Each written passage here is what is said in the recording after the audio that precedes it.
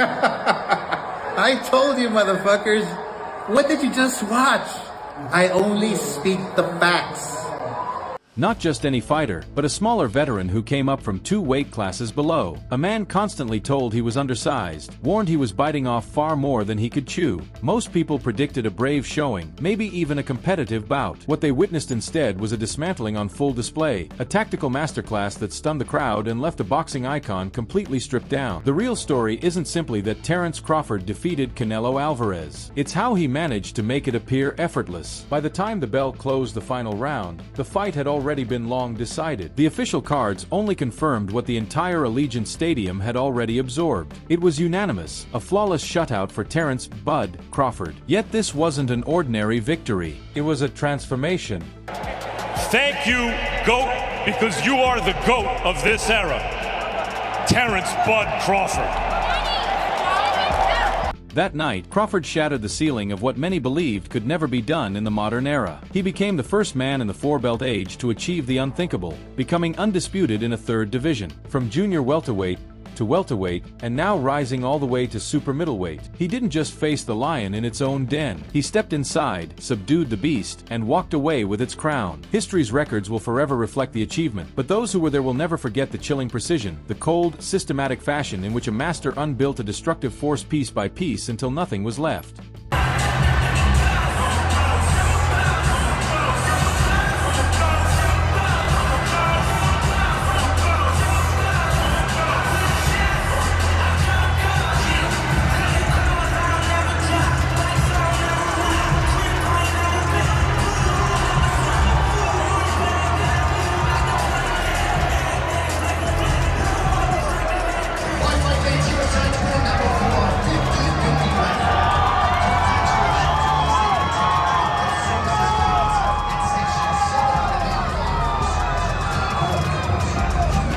To grasp how this stunning outcome was even possible, you have to rewind 13 months. This showdown wasn't a gift of chance. It was pursued. Terence Crawford, nearing his 37th birthday, had just survived the most grueling battle of his career against Israil Madrimov. Instead of chasing an easy victory, he set his sights on a prize that seemed ludicrous. He wanted Canelo Alvarez. He approached boxing's most powerful backer, Turki Alalshik, with a proposal. Naturally, Alalshik questioned it. The weight difference? He asked. He dangled other lucrative options. Unbeaten names at 154 pounds like Virgil Ortiz Jr. or Jaron "Boots" Ennis. To Crawford, those weren't opportunities. They were distractions. As he put it bluntly, Boots is not a mega fight. Virgil Ortiz is not a mega fight. He knew beating them was what fans expected. He chased the one fight everyone said he couldn't win. This wasn't about money, it was about immortality. For years, he believed he'd been underestimated by promoters and sidestepped by rivals. Canelo wasn't just another name. He was the obsession, the final mountain Crawford needed to climb to secure the respect he had long been denied. Staring Alalshik in the eyes, he made it plain. That's the fight I want. Crawford wasn't banking only on his skills. He was betting on a weakness he had seen during Canelo's recent run. A crack in the armor obvious to those paying close attention. He had studied Canelo meticulously, attending his bouts not as a spectator, but as a hunter stalking prey. Watching victories over Jermall Charlo, John Ryder, and Edgar Berlanga, Crawford noticed the same troubling theme. Each challenger, after tasting Canelo's power, collapsed into survival mode. Their fire vanished, their only hope reduced to hearing the final bell. Crawford summed it up bluntly. They didn't fight to conquer. They fought to endure. For them, lasting 12 rounds with Canelo was its own badge of honor. They stepped in for the payday, not the throne. Crawford saw a monarch lulled into comfort, a ruler who hadn't been tested by someone who truly believed they could topple him. Bud's entire game plan revolved around that truth. He didn't come to survive. He came to dominate. From the opening bell, the narrative flipped. For years, fans had seen Crawford ease into fights, taking a few cautious rounds to gather reads before slowly breaking opponents down. But against Canelo, he knew hesitation was death. On Mexican Independence Day weekend, in a pro-Canelo crowd, he understood one reality: any close round would default to the hometown hero. So he scrapped his old blueprint. He started sharp, urgent, and direct. He seized command with a piercing jab that instantly disturbed Canelo's timing and flow. He refused to give him space. Each time Canelo tried to plant his feet and load up, Crawford either punished him with crisp flurries or slipped away with flawless angles. He turned a feared powerhouse into a flat-footed target. He wasn't just winning rounds, he was dictating the fight's rhythm and narrative. It became a masterclass in tactics, living proof that supreme ring IQ could dismantle raw strength and expose its limits. Zab, you called it. You said Bell was gonna pull it off, man. He did that. I told you, easy work. He almost got the 11-round stoppage. Yeah. I told y'all he is the monster. Yeah. Listen, man, Canelo's a good fighter, man. Yeah. But he made the fight look normal, guys. Yeah. He made it look normal. Canelo left out of face with the cherry red face. Yeah. You know what I'm saying? I mean, but didn't have a mark on him. Comparable to Floyd's. That was impressive on its own. I've different fighted different performances, but it's up there. There's nobody that's ever done what Bud just done to Canelo. Alvarez. Come on, man. He stepped a little more to Canelo than Floyd, right? Nobody's ever hit Canelo like that before, ever. Yeah. Nobody. Where's Canelo at, man? That was a tough loss, I would imagine. Canelo's still great, man. Listen, man, he got to just go back to the drawing board, put it all back together, and just take another shot at it. Yeah. Is he? Where's he at prime-wise, man? Is he right there? Is he behind? Like, he's having fun, man. Bud jumped up 2 weight divisions. He's having fun. Canelo's in a great position. Yeah. He's having fun. Just keep going away. Just keep going at it. What's next to Terence? Go home, kiss on your baby, love on your family, and get back to it later on. Some people are saying maybe Bivol at 75. Is that too far? Yeah, that's probably too big. Yeah. Clean cut performance from Terence, no rematch needed, or that's giving up too much. Yeah. Giving up too much as a human being. Period. Do you think he should retire then, Terence? Go out on this Nah, hell no. No? We don't retire. We don't retire out. We die out. clean cut performance from Terence Crawford, no rematch needed, or it was so good. I think this. If it's gonna be a rematch, give Bud the whatever reported 150 million and give Canelo the 50 million. Yeah. Let's see what happens now. Yeah. You know?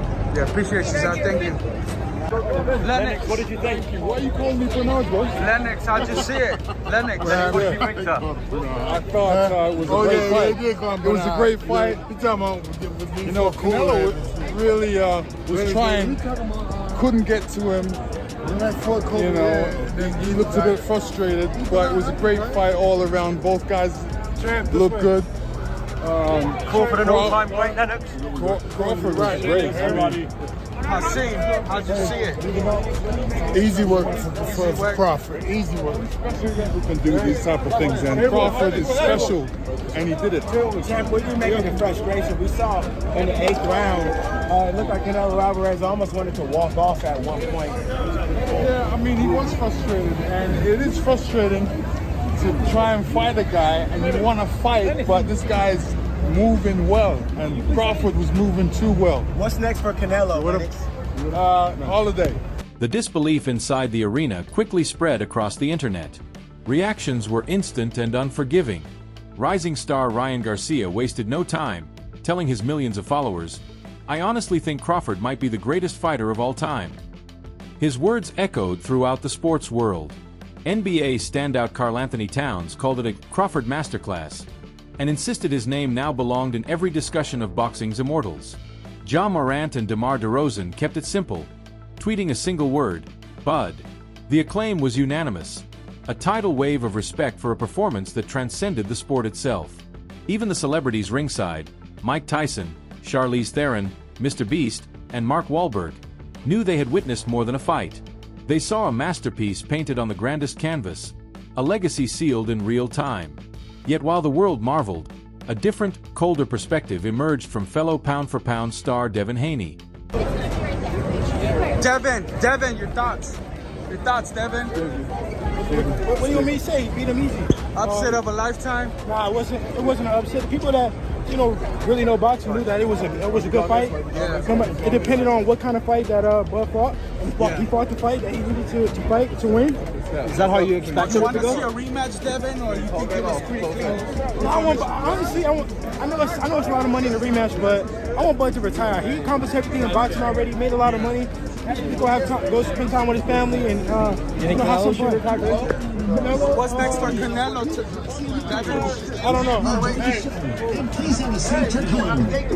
Respected for his sharp boxing mind, Haney offered an opinion that caught many off guard. He wasn't stunned by the outcome. In fact, he claimed Crawford's win was clear and never an upset in his eyes. But it was what came next that rattled the boxing community. Haney suggested Crawford should retire. "He's done everything in the sport," he said, hinting that there was nothing left for Bud to prove. Was it pure admiration, acknowledging that Crawford had reached the pinnacle?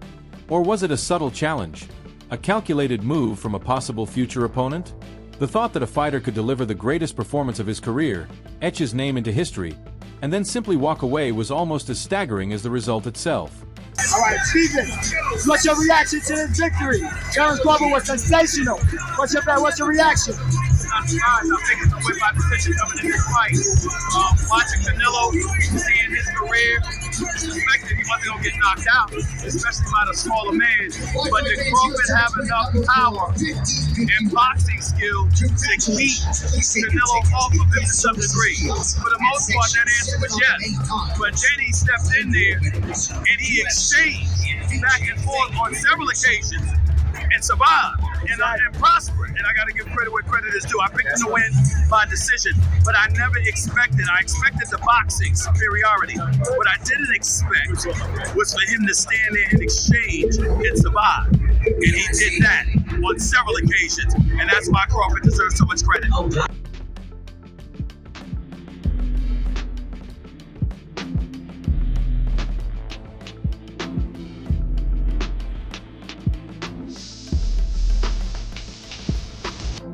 Congratulations. I'm proud of you. You look spectacular. Spectacular from Thanks, round Floyd.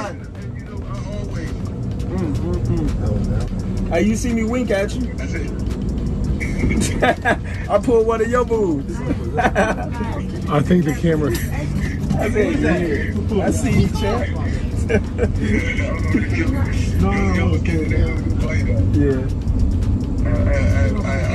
In truth, this wasn't an upset at all. It was the culmination of a lifelong pursuit, carried out by a strategist who saw angles invisible to everyone else. Terence Crawford didn't just climb weight classes. He stepped into an entirely new stratosphere of greatness. He hunted his obsession, stood face to face with him, and proved that skill, intelligence, and relentless willpower can outweigh even the most daunting physical odds.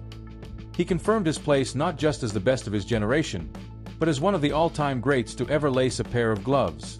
The night crowned a new undisputed champion and left a once dominant legend with an uncertain future. Yet one question lingers in the aftermath. Did we just witness the most brilliant tactical triumph in modern boxing? And with Canelo so thoroughly dismantled, are we watching the closing chapter of his storied era?